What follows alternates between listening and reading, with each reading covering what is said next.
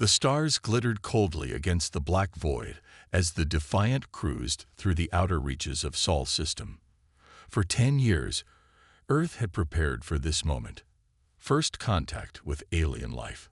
Humanity had built its best ships, trained its finest crews, and hoped for peaceful meetings among the stars. Captain Hannah Park stood on the bridge, her dark eyes fixed on the main view screen. Neptune's blue curve dominated one side of the display, while the vastness of space filled the rest. She brushed a strand of black hair from her face, tucking it back into her neat bun as she reviewed sensor data. "Captain, we have unusual readings at bearing 047, reported Officer Minho at the sensor station. His voice remained steady, but his fingers trembled slightly. "Specify," Hannah commanded, straightening her uniform jacket. "Energy signatures unlike anything in our database. 3 objects, moving in formation. They're accelerating toward us." The bridge fell silent. First contact. The moment humanity had theorized about, dreamed of, feared. "Maintain course," Hannah ordered. "Open communications on all frequencies and prepare defense systems." She wouldn't fire first, but she wouldn't be caught unprepared either. The objects grew visible on the main screen, crystalline vessels that seemed to bend the very starlight around them, creating prismatic flares as they moved. Beautiful and terrifying. "No response to communication attempts," reported Communications Officer Suno. "They're ignoring all standard greeting protocols." The alien vessels slowed as they approached, taking up positions that effectively surrounded the Defiant. Hannah recognized the tactical maneuver. They were positioning for attack. "Shields up," she ordered, her voice calm despite the pounding of her heart. The order came just in time. The central alien vessel fired a beam of pulsing energy that struck the Defiant directly. The ship shuddered violently, but held together. "Shields at 82%, reported Defense Officer Yona. That should have vaporized us, Captain." Dr. Kim Tae's experimental quantum shield technology was working. The brilliant physicist had theorized that overlapping energy fields could disperse even the most powerful weapons. He'd been right.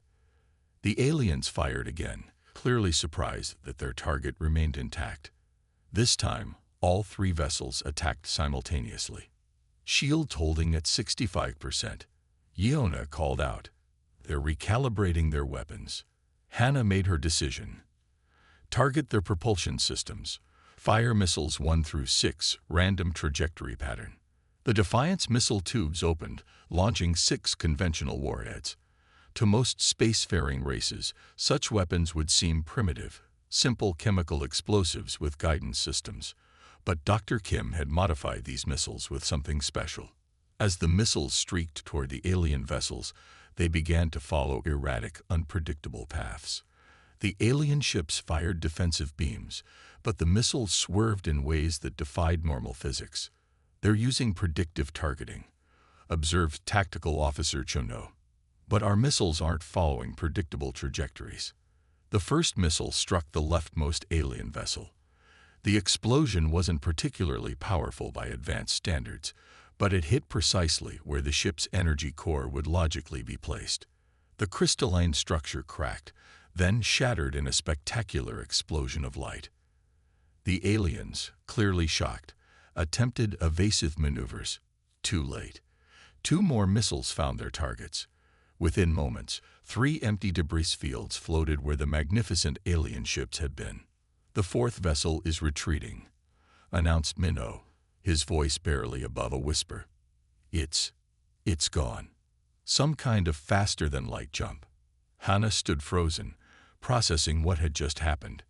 They'd destroyed 3 alien ships, made first contact with an advanced species, and it had resulted in combat and death.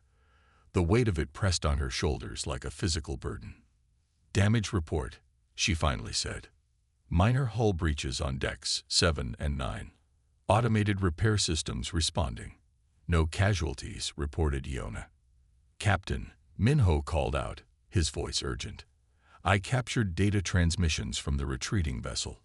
Our computers are translating now." The main screen flickered, showing streams of alien symbols gradually converting to Earth standard. Warning: unexpected resistance. Primitive species with advanced defensive capabilities. Recommend immediate full assessment before invasion proceeds. Invasion. The word hung in the air like a death sentence. Set course for Earth, Hannah ordered. Maximum speed.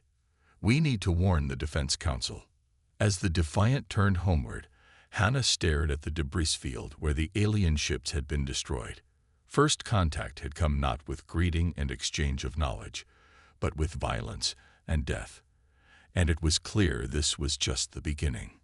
Across the stars, aboard the massive command vessel of the Galactic Hegemony, Fleet Commander Vish replayed the battle recordings for the 12th time. His 4 eyes blinked in sequence, a sign of extreme distress in his species. Impossible, he whispered to his second-in-command. The larger alien skin shifted from its normal golden hue to a troubled blue-green. They're barely beyond planetary travel. Their largest colony is on their own moon. How did they defeat our advance guard? Perhaps it was luck, suggested his subordinate. No, Vish replied. Their weapons were primitive, but they targeted our vulnerabilities precisely, and their defensive capabilities. He paused the recording on an image of the Defiant weathering an energy blast that should have reduced it to atoms. This is not primitive technology. The Council will want to proceed with the conquest as planned. Vish's skin darkened further. Then the Council is making a grave mistake. These humans are not like the other species we've subjugated. They think differently. He stared at the image of the Earth vessel, so crude by hegemony standards, yet somehow victorious against superior technology. For the first time in his long career, Fleet Commander Vish felt something unfamiliar stirring in his chest. Fear.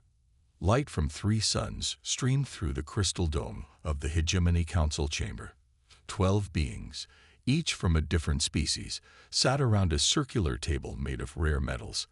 They had ruled the galaxy for 10,000 years, conquering all who opposed them. But today, worry filled the chamber. The humans destroyed 3 of our scout ships, said Counselor Drax, his scaled skin flushing red with anger.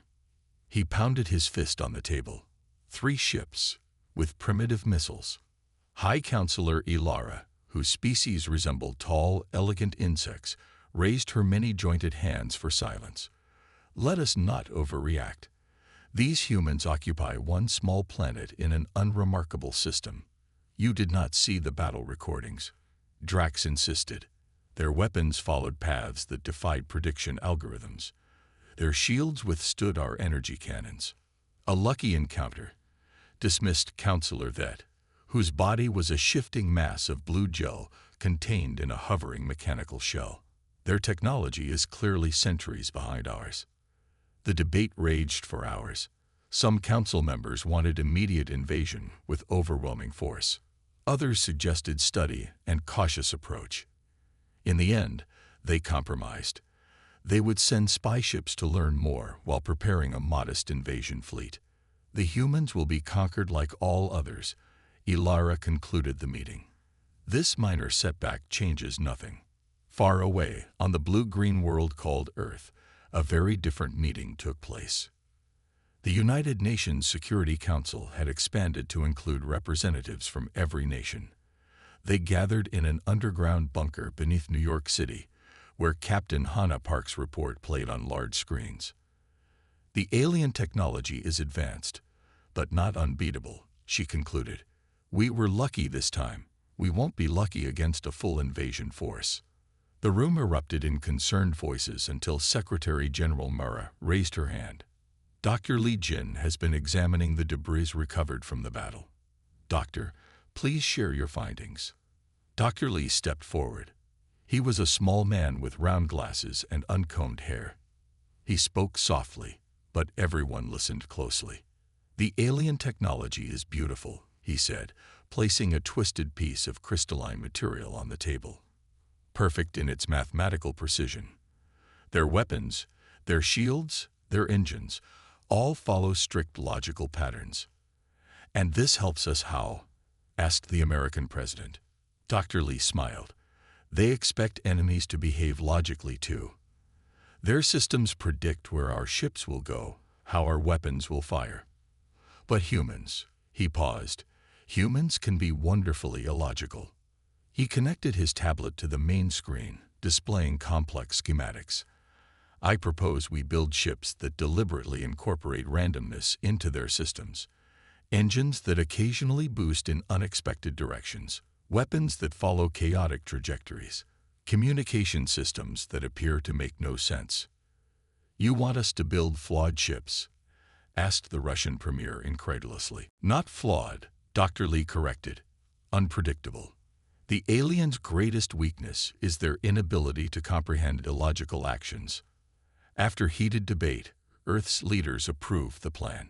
Every shipyard on Earth and the Moon began working around the clock. Old rivals shared technology. Countries that had pointed nuclear weapons at each other now built spacecraft side by side. Admiral Song Ji, a stern woman with gray-streaked hair and uncompromising eyes, was appointed to lead Earth's unified fleet. She had spent 40 years in the Korean Navy and was known for unconventional tactics. We will not fight as they expect us to fight, she told her newly appointed captains during their first briefing. On the screen behind her, simulation showed Earth ships performing maneuvers that seemed suicidal. These tactics would get us all killed against human enemies, observed Captain Minho. Exactly, Admiral Song nodded. No logical species would expect us to fly directly at their weapons or hide our battleships inside asteroid debris. The hegemony's computers will report a low probability of these actions, so they won't prepare for them. The first hybrid ship launched 3 months after the Neptune encounter. Named Persistence, it combined Earth technologies with reverse-engineered alien systems. 5 more followed each week. Meanwhile, hegemony spy ships lurked at the edges of the solar system, observing and reporting back. In her private chamber on Centauri Prime, Intelligence Director Vala reviewed these reports. Her 4 arms moved quickly across multiple displays, analyzing data on human military capabilities. Primitive propulsion systems, she noted in her report. Limited weapons range, no faster-than-light capability detected. Recommend proceeding with standard conquest protocol.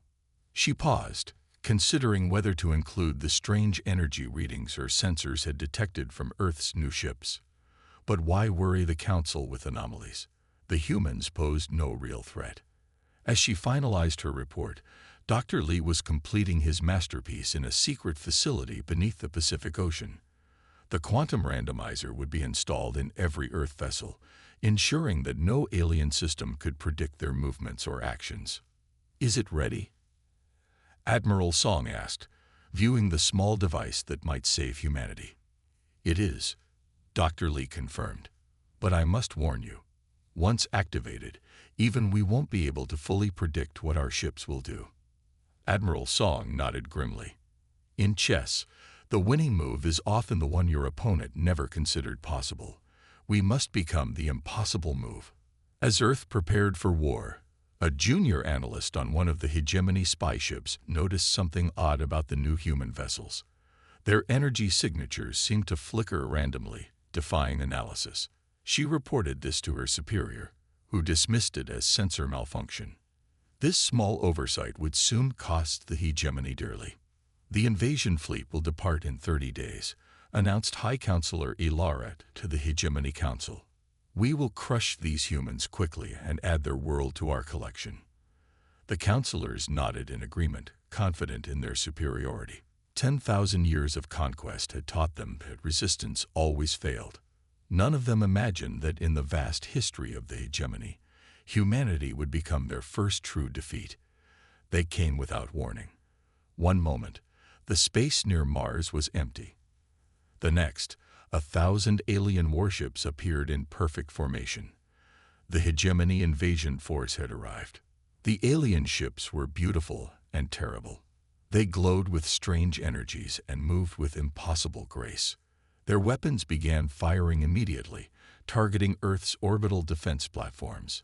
In the command center beneath Mount Fuji, Admiral Song watched the destruction on the main screen. Her face showed no emotion as Earth's first line of defense crumbled. 30 orbital stations, each representing years of work and trillions in resources, vanished in moments. "They're exactly where we expected," she said quietly. "Begin Operation Scattered Stone." Her officers transmitted the coded message to Earth's remaining forces. Across the command center, people worked with grim determination. They had prepared for this day, knowing their plan seemed insane. But against the logical hegemony, insanity might be their only advantage. Captain Hannah Park stood on the bridge of the Determination, Earth's newest flagship. Through the view screen, she watched Mars grow smaller as her ship led a chaotic-looking retreat toward the asteroid belt. "Distress calls on all frequencies, Captain," reported her communications officer. "Make it convincing." Hannah nodded. "Broadcast ship damage reports. Make it sound like we're barely holding together." The Determination and 50 other Earth vessels fled from the advancing alien armada. They moved erratically, sometimes veering in random directions, sometimes slowing unexpectedly. To the hegemony commanders, it looked like the panicked flight of a defeated force. On the lead hegemony vessel, Fleet Commander Visht watched with satisfaction. "The humans run exactly as predicted," he told his officers. "Their defenses were even weaker than our intelligence suggested. Pursue and eliminate their remaining ships." The massive alien fleet moved forward, following the retreating Earth vessels into the asteroid belt. Thousands of space rocks from tiny pebbles to massive planetoids floated in this region between Mars and Jupiter. Many had been mined by humans for decades. What the aliens didn't know was that for the past 3 months, every mining operation in the belt had been secretly modified. As the hegemony ships entered the densest part of the belt, Admiral Song looked at the tactical display in her command center. "They're in position. Activate the mining lasers." Across the asteroid belt, thousands of industrial mining lasers powered up simultaneously. Originally designed to cut through rock to extract precious metals, they had been upgraded with elements of alien technology recovered from the first encounter. Each laser now pointed at predetermined coordinates where hegemony ships would be. The alien fleet had no warning. Suddenly, hundreds of high-powered energy beams struck their vessels from every direction. Mining barges, processing stations, and automated extractors, all turned into weapons. On the hegemony command ship, alarms blared as vessels throughout the fleet reported damage. "Impossible," shouted Visht. "There are no weapons platforms in this region." Then came the second part of humanity's trap. "Now," ordered Admiral Song over the secure channel. From behind the massive bulk of Jupiter emerged 200 Earth warships. They had been hiding in the gas giant's massive radiation field, which had concealed them from hegemony sensors. These ships carried Dr. Lee's greatest creation, quantum displacement shields. Each shield constantly shifted in and out of normal space, making the ships impossible to target accurately. Hegemony weapons, designed to hit precisely calculated points, found themselves striking empty space as Earth vessels seemed to flicker in and out of reality. Captain Hannah's Determination suddenly reversed course. What had appeared to be a retreat was now revealed as a carefully orchestrated maneuver to lead the enemy into a trap. Her ship's weapons opened fire along with the rest of Earth's fleet. "Focus on their command vessels," she ordered. "Their fleet structure is hierarchical. They need central coordination." The hegemony ships, caught between the mining lasers and Earth's hidden fleet, fell into disarray. Their perfect formation broke apart as ships tried to maneuver in the crowded asteroid field while under attack from all sides. Fleet Commander Visht watched in horror as his tactical display showed ship after ship going dark. "This cannot be happening," he whispered. "These humans were supposed to be primitive." His second-in-command approached with news that made his blood run cold. "Sir, we've lost contact with 30% of our fleet. Their targeting systems cannot lock onto the human vessels. Something about their shields defies our predictive algorithms." For the first time in his long military career, Visht gave an order he never thought possible. Signal the fleet. Retreat. Immediately. The surviving hegemony ships began desperately maneuvering to escape the trap. Many more were destroyed as they tried to flee. Others managed to activate their faster-than-light drives, vanishing from the battlefield. In the Mount Fuji Command Center, the tactical display showed the enemy fleet disintegrating. Officers who had maintained professional composure now allowed themselves small smiles and quiet congratulations. Admiral Song did not smile. "Casualty report," she demanded. 12 Earth ships lost, Admiral. 7 mining stations destroyed. Estimated human casualties, 376. She nodded solemnly. Against an enemy that expected to lose none. And their losses? Preliminary data suggests we destroyed over 400 of their vessels. At least that many more heavily damaged. A junior officer approached with a data tablet. "Admiral, we've intercepted communications from the retreating enemy fleet. Translation is rough, but they're requesting reinforcements from their homeworld."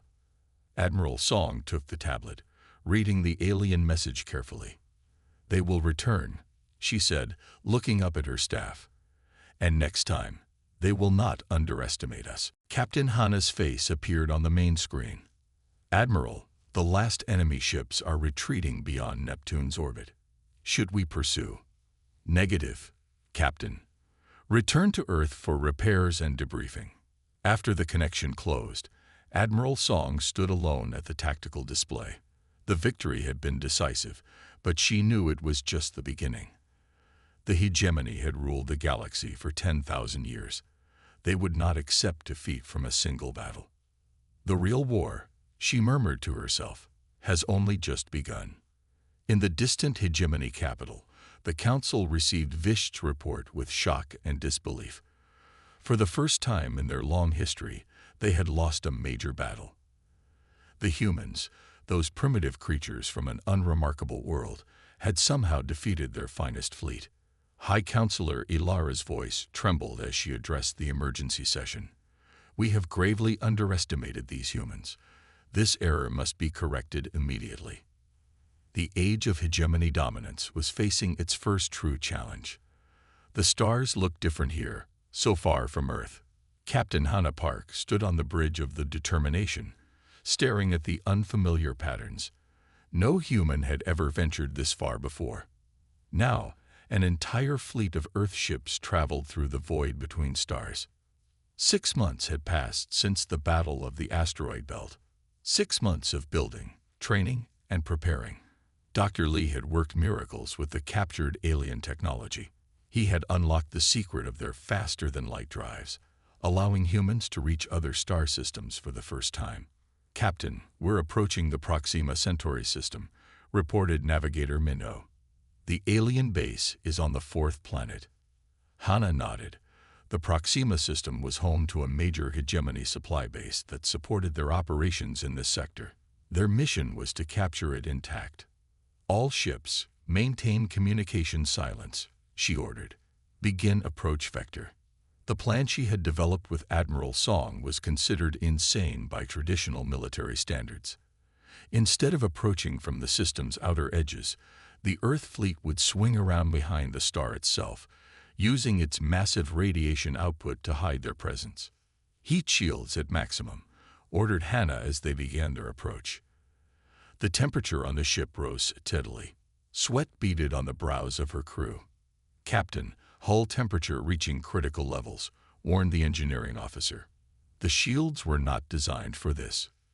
"They'll hold," Hana replied confidently. Dr. Lee had reinforced the shields with technology adapted from hegemony vessels. Just a little closer. The fleet of 20 Earth ships moved through the outer corona of Proxima Centauri. Their heat shields glowed white-hot. Any observer would have thought them doomed. But the ships pressed on. On the hegemony base, Commander Zevel reviewed the daily security reports. After the humiliating defeat in the Sol system, the hegemony had doubled their defensive preparations. Their sensors constantly scanned for approaching ships.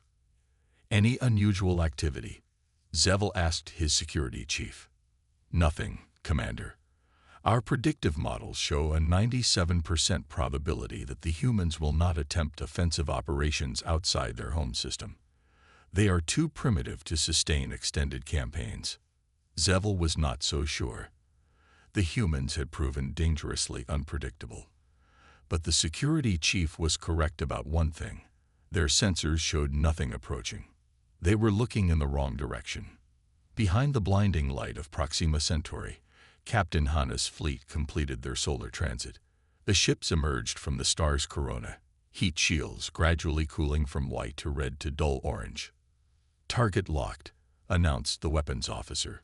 "EMP devices ready." "Fire," ordered Hana. From each Earth ship, small projectiles launched toward the alien base. These were not conventional weapons but specialized electromagnetic pulse devices, designed by Dr. Lee to overload the sensitive electronics in hegemony technology. The pulses hit the base simultaneously. Lights flickered and died. Defense systems went offline. Communication arrays fell silent. "All ships, advance," Hana commanded. "Boarding teams prepare for deployment." The Earth fleet descended on the defenseless base like wolves. Marines in specialized combat suits boarded the base, meeting minimal resistance from confused alien defenders. Commander Zevel was in the middle of issuing emergency orders when humans burst into his command center. "Impossible," he gasped. "You can't be here. Our sensors would never have looked for ships coming through the star itself," finished Captain Hana, stepping into the room. "Surrender your base, Commander." Within hours, the entire facility was under human control. Not a single Earth ship had been lost, and casualties on both sides were minimal. More importantly, the humans had captured intact alien technology, weapon systems, and, most valuable of all, star charts showing the location of key hegemony worlds. Admiral Song arrived 2 days later with the main fleet. She walked the captured base with Captain Hana, pride evident in her normally stern expression. "The hegemony never expected us to reach this far, this fast," Song said. "Their arrogance blinds them. The star charts show their regional headquarters is just 3 light years from here," Hana pointed out. "Lightly defended according to their own data." Admiral Song studied the information. "They believe their location is secret, so they haven't fortified it properly." A slow smile spread across her face. "Prepare the fleet, Captain. We strike in 12 hours." The Battle of Centauri Prime, as it came to be known, lasted 3 days. The hegemony forces fought desperately to defend their regional capital, but Earth's ships used tactics that defied conventional strategy. They accelerated directly toward enemy weapon platforms. They launched decoys that mimicked capital ships. They sent messages in broken alien languages that confused hegemony commanders. On the 3rd day, the hegemony commander surrendered. For the first time in 10,000 years, a major hegemony administrative center had fallen to an inferior species. News of the defeat spread quickly through the hegemony's vast empire. Species that had been conquered centuries ago began to whisper of the humans who had done the impossible. Among them were the Tellurians, a proud race that had been among the first conquests of the hegemony thousands of years earlier. Their representative on the Hegemony Council, Malacen, sent a coded message to Admiral Song's flagship. "For millennia, we have waited for a force strong enough to challenge our oppressors." The message read, "We see this strength in humanity. The Tellurian fleet stands ready to join yours. Together, we can end the hegemony's reign." Similar messages arrived from other subjugated species. Many had maintained secret military forces, hidden from their hegemony masters, waiting for an opportunity that had never come, until now. In her quarters aboard the flagship Unity, Admiral Song considered these offers carefully. Humanity had proven it could fight the hegemony, but an alliance with other species could turn the tide completely. "What do you think?" she asked Captain Hana, who had been summoned to discuss the matter. "I think," Hana replied slowly, "that the hegemony made the same mistake many times. They conquered worlds but never won hearts. Their empire is built on fear, not loyalty." Admiral Song nodded thoughtfully. Contact the Tellurians. Tell them humanity welcomes their alliance. Together, we will fight not just for Earth, but for freedom throughout the galaxy. As Earth ships and newly allied alien vessels gathered for the next offensive, the Hegemony Council fell into chaos. Accusations flew as counselors blamed each other for underestimating the human threat. High Counselor Ilara's voice rose above the commotion. Enough. We have ruled the stars for 10,000 years. We will not be defeated by primitives and traitors. But her words rang hollow. For the first time in the hegemony's long history, fear had entered their hearts. The age of their unchallenged dominance was ending, and humanity was just beginning to show what it could do. The great crystal dome of the Hegemony Council chamber sparkled under the light of 3 suns. 12 alien leaders argued loudly around a massive table made of rare metals. Their empire had ruled the stars for 10,000 years, but now they faced a crisis unlike any before. The humans have taken 7 major systems in 2 months, said High Counselor Ilara, her insect-like limbs twitching with anxiety. They've allied with the Tellurians and 3 other subject races. We should gather every ship we have and crush them, growled Counselor Drax, slamming his scaled fist on the table. One massive attack to end this rebellion. Before anyone could respond, alarms blared throughout the chamber. Red lights flashed along the walls. Confused voices shouted over the communication system. Unknown vessels appearing throughout the defense grid. Hundreds of ships materializing inside our security perimeter. They're everywhere at once. The council members rushed to the large viewing screen. What they saw defied belief. Hundreds of human ships had appeared simultaneously at different points throughout the Hegemony capital system.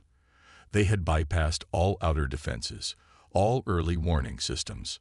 This cannot be, whispered High Counselor Drax, his scales fading from bright red to pale gray. They were primitives only 2 years ago. This technology should be impossible. Dr. Lee's quantum entanglement drive had made the impossible real. After months of work, he had discovered how to link multiple ships together at the quantum level, allowing them to jump through space as a single unit, appearing exactly where planned. The main screen flickered, and a human face appeared. It was Admiral Song, her expression calm but determined. Leaders of the hegemony, she said, her voice echoing through the chamber. Your empire was built on the subjugation of others. Ours will be built on cooperation. Surrender your weapons, and we guarantee fair treatment to all. Counselor Vet reached for the emergency defense controls. We still have the planetary shield and orbital weapons. We can. He never finished his sentence. Across the capital system, Dr. Lee's final innovation activated. A targeted energy dampening field spread from the human ships, washing over hegemony technology like an invisible wave. Weapons powered down. Shields failed. Communication systems went silent. The field was carefully calibrated to affect only military technology. Civilian systems, life support, medical equipment, public transportation continued functioning normally. On the flagship Determination, Captain Hannah Park led the most critical mission of the entire campaign. Her ship moved swiftly toward the massive tower that housed the hegemony's central command. All teams ready for deployment, reported her first officer. Hannah nodded. Remember, minimal force. We want to end this without unnecessary casualties. Marine teams in advanced combat suits launched from the Determination. They swarmed into the command center, moving with precision developed through months of training. Resistance was minimal. Most hegemony defenders stood frozen in shock at the sudden appearance of human forces. Meanwhile, other Earth vessels secured key locations throughout the system. The shipyards, the defense headquarters, the communication hubs, all fell within hours, many without a single shot fired. In orbit around the hegemony homeworld, ships from the Tellurians and other former subject races joined the human fleet. They had suffered under hegemony rule for centuries or millennia. Now they witnessed the fall of their oppressors with a mixture of disbelief and joy. 3 hours after the attack began, Admiral Song walked into the Hegemony Council chamber. Flanked by human officers and representatives from allied species, the council members remained in their seats, some defiant, others simply stunned. "How?" asked Counselor Drax, breaking the silence. "How did you advance so quickly? You had barely reached your own moon when we discovered you." Admiral Song looked at him steadily. "You threatened our existence," she replied simply. "Necessity is the mother of invention."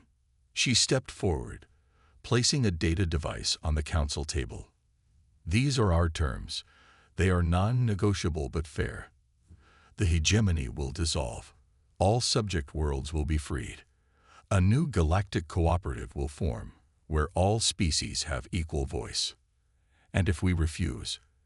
asked High Counselor Ilara. "Look outside," Admiral Song said quietly. The council members turned to the great dome windows. Beyond, hundreds of Earth ships floated alongside vessels from the liberated races. The combined fleet dwarfed anything that hegemony could now field. There was no choice. Within hours, the council signed the surrender documents. Over the next weeks, a new order took shape across the galaxy. The hegemony disbanded, ending 10,000 years of dominance. In its place, representatives from Earth and dozens of formerly subjugated worlds drafted a charter for the Galactic Cooperative. Unlike the hegemony, the cooperative would not enforce unity through conquest, but would build it through mutual benefit. Technology would be shared.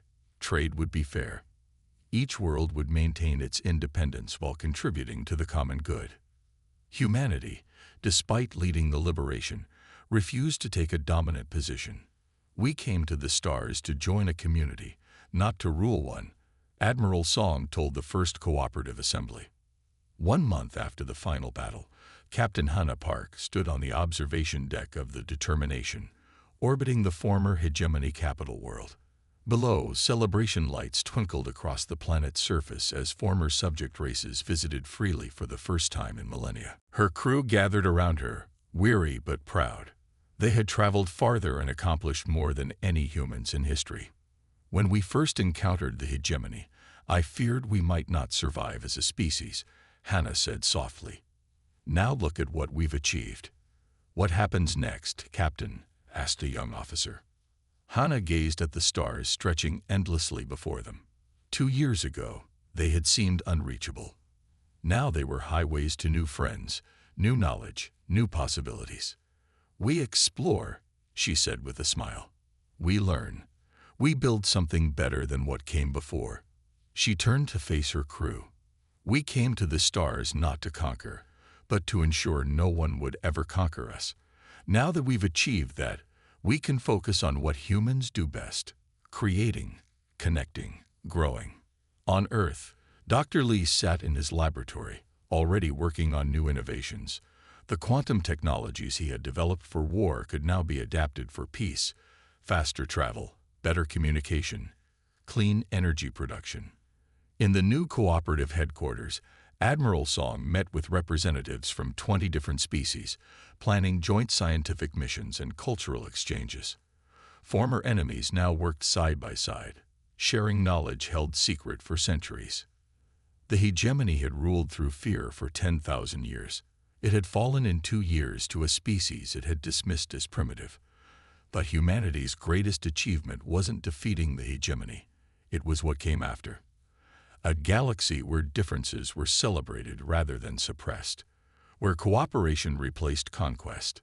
A galaxy forever changed by the day the human fleet appeared.